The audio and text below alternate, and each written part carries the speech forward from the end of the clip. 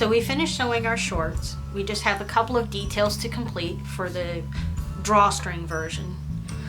One of the things we want to do is we do want to test fit our shorts.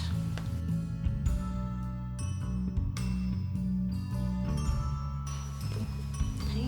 And this is a bit of a high-waisted short, so it is supposed to come up like that. That puts the pockets at the right level for her hands. There's our pocket right there. It looks like it's a pretty good fit. It's not loose, it's not gapping in the back. If you find that for this version that your particular doll, you've got a little extra, we can fix that with our tie, with our drawstring. Now, like I said, hers is pretty good, so what we're gonna do is we're just gonna make our drawstring and attach it in this center front seam and allow the ends to hang loose. If you have a waist that you think is just a little too loose, what you can do is take the back and pinch the excess and then measure from the edge of the center back seam to where her body is, that distance. And what you'll do on one side, and what you'll do is you'll make a mark that is that distance on either side of your front center seam. Instead of putting a knot in the center of our drawstring, we would attach our drawstring to each of those marks. Then when you put the pants on the doll and tie the drawstring, it'll pull that together and help take up some of the slack. And again, you can make the drawstring out of materials of your preference. A couple of examples I have here are number 5 crochet cotton or craft thread. It comes in a variety of colors. Some are even variegated. Very inexpensive. I found this in the store. This is actually baker's twine, which is a soft cotton thread. And it comes in a variety of colors, and as you can see, combination colors. So this could be kind of fun. I may save this turquoise for the floral shorts. Or you can use a number 10, number 5 classic crochet cotton. And these come on very large bolts, as you can see. If you're making another project, it's nice because you can coordinate. And these do come in a variety of colors. And what we want to do is we want to take about 2 feet of cord. I'm going to measure out 12 again. That's about 2 feet of cord. You're going to take your ends and meet them and make a small knot.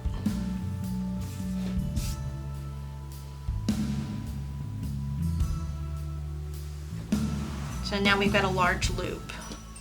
We want to secure either with tape, or I've actually taken like a binder clip or a small clamp, like the little plastic ones, and stuck it to my table. Just want to make sure that this knotted end is held securely on our table. A couple of pieces here. And we need a pen or a pencil, something that we can slip. In fact, you can see it's already starting to twist. And we're going to slide that into the loop end. We're going to hold our string taut, and we're just going to start to twirl the pin. And what we're doing is we're putting a twist in the 2 threads.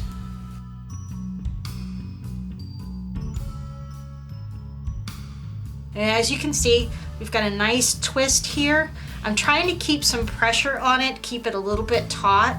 And I'm going to switch hands here. And what we're going to do is while holding the pen taut, I'm going to take my other hand and I'm going to pinch the center, and I'm going to bring the center up and bring the pen towards the bottom end and let it go. And there we go, a little piece of rope. I want to go ahead and knot this end.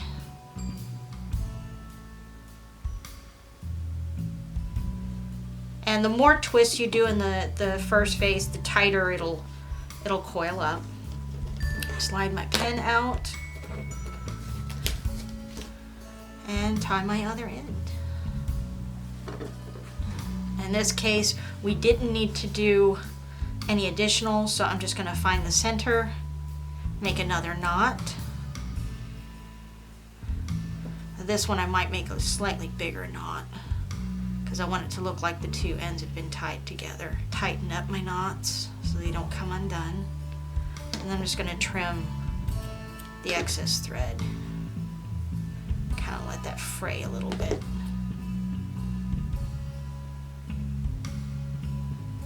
Okay. And we're going to take this knot, just kind of pin it in the center there.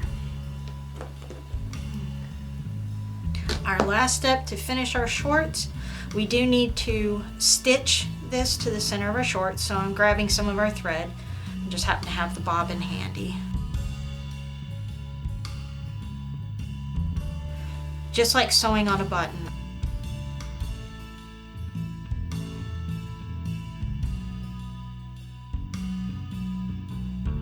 And no, I did not knot the end of my threads. Just gave myself a tail. What I'm going to do is I'm going to pull those tack stitches taut, and I'm just going to make a square knot in the back. 1, 2. Now, our fray check comes in handy here because I can put just a little bit on the knot, and that'll help secure it and keep it from coming undone and from the tie coming off from inside. I'm not going to cut it flush with the knot. I am going to give myself just 1/8 of an inch or so of a tail on either side of that knot, and that's just going to help secure it and prevent it from coming undone. This is going to be on the inside of the garment. We will not see it when it's worn, so it's okay if it has that tail. I also like to do this with the back of buttons, and in that case, a button, if it's going to be on a jacket or something where it's going to be worn open and you can see it, then I would definitely apply the braid check, let it dry, and then trim ends closer to the knot so we don't have those little pieces sticking out. And that's it. Our shorts are complete.